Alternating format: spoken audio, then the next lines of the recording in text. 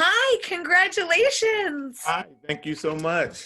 How exciting. It is, it really is. It's been a whirlwind, like really 2 years in development now, I would say. Wow. Wow. So you're used to speaking in front of huge audiences on stages all around the world. What is it like having a camera follow you around instead these days? Well, it was fun for me because I'm a character, sort of a clown anyway. I think it was more of a challenge for the family because I'm sort of used to that. You know what I'm saying? Cameras just, it makes things worse for me. It makes it more riveting and gets me going. So. And how has it been for your family? Because you're all in this together. Well, it's been an adjustment. We're in this house together, and then you have like 30 people with cameras and producers with Right. clipboards and people rushing around with coffee like we Tom Cruise. I'm like, this is not Mission Impossible. It was great. It was a great experience. So, So this is something you've wanted to do for a while. You said 2 years in the making. well, yeah, the production was 2 years in the making. Getting the Lisa, this came from someone just showing a clip of me doing choir rehearsal. And I was wilding out. You're wrong. That's crazy. And I was going crazy. And they said, this is so funny. This is a show. I said, yeah, okay, whatever. And they sent it to a friend who sent it to a friend who knew an agent who sent it to a production company in LA who got it to like these networks. We had 4 different offers. And you would say, I didn't audition. I didn't send a glossy. I made no phone calls. I had no Hollywood meetings. I was not sitting up there. So this can work, right? I did none of that. And here we are. And what do all of your people who come to see you in person, like, what do they think about this? Well, the church is sort of used to me doing something a little to the left. We're a musical church and we've been at like Carnegie Hall and Radio City, the Apollo Theater. So it's like, oh, this is what I'm doing now. And you're doing it too. And they're going, okay, Pastor. So it's one of those things. So it's a big family affair. They like it. They love it too. And has it been, I mean, what a strange, Yeah. I mean, it must be strange getting your own show regardless of the time, but what a strange time for something like this to be happening in. The timing is very, very interesting. We have all of this social upheaval, all of these things going on with politics, and a global pandemic, and so many losses and so many health concerns.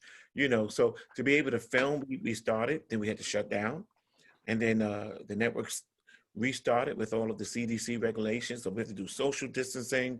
It's half the crew. Now it's half the choir. We got to sing with masks on, and it was challenging, but we integrated it into the stories and into the show because that's what's going on now.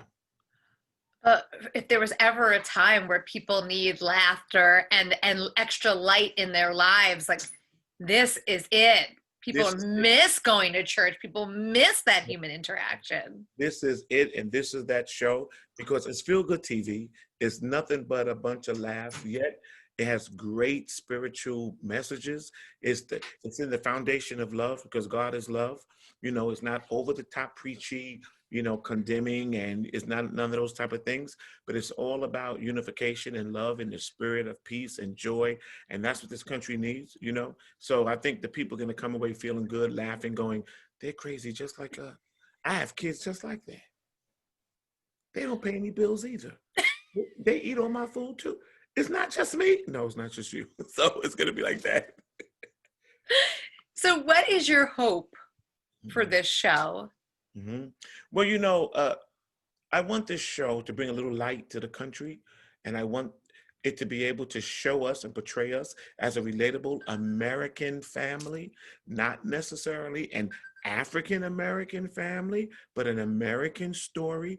On the outside, we may look different. On the inside, we're all the same.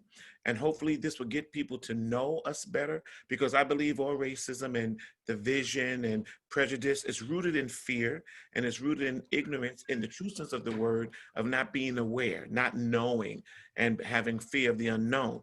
So I want people from all walks of life to say, he acts just like my father. You know what I'm saying? Or they act just like my kids. Or she's just like my wife. She gives me the bills for everything, even though she can have her own money. So I want to see. Is she here?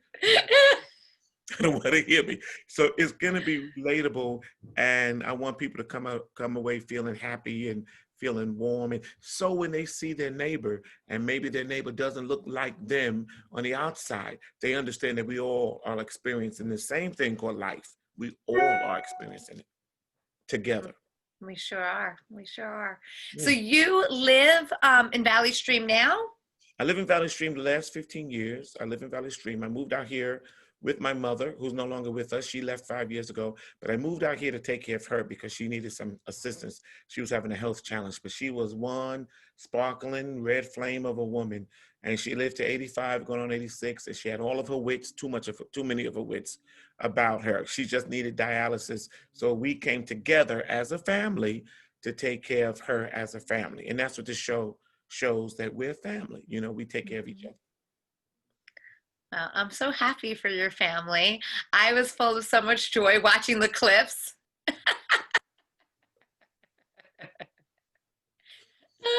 Hey, listen, at least you guys have something to do in quarantine, right? Yeah, that it really was a good escapism. It took our mind off of all of the challenges. Last year, I lost my biological sister, my last sibling, you know, and lost a couple of people at the church, some 39 years old, some 50 something years old. So this was a way that we could escape, and it helped heal the church. We had something to do, you know, we can dedicate this to their memory. And so it was a great thing to have. Absolutely.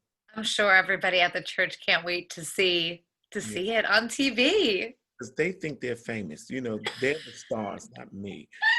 There I am. That's me right there. See, you on for 2 seconds and you just happy. Well, I can't wait for the rest of Long Island to see this and the rest of the world. It's so awesome that you're one of our own doing such big things. I mean, you've been doing big things, but this is just another big thing on your list of many big things. And I hope it spreads that joy. We sure need it. I'm sure it will. And this is a good time for it. Absolutely. Thank you so much. Thank you. Thank you for your time. And I hope when things get a little bit better, I'd love to come down and visit you at church. Yeah, I'm your neighbor. I'm not far away. Yeah, and I'm going to audition you to see what type of voice you have. So be careful. Be prepared when you go. Better get yourself a pair of earplugs before that audition. Okay. I tell everybody these singers, they couldn't carry a note if they worked for UPS and FedEx. So don't worry about it. You'll be in good company. My almost 2-year-old, whenever I sing, says, "Mommy, stop singing." I'm like, come on. I love to sing. I'm just not very talented in that department. Thank you so much for your time. I really appreciate it. I can't wait to watch the whole show. Thank you. Be blessed. Okay, be safe. You too. Thank you.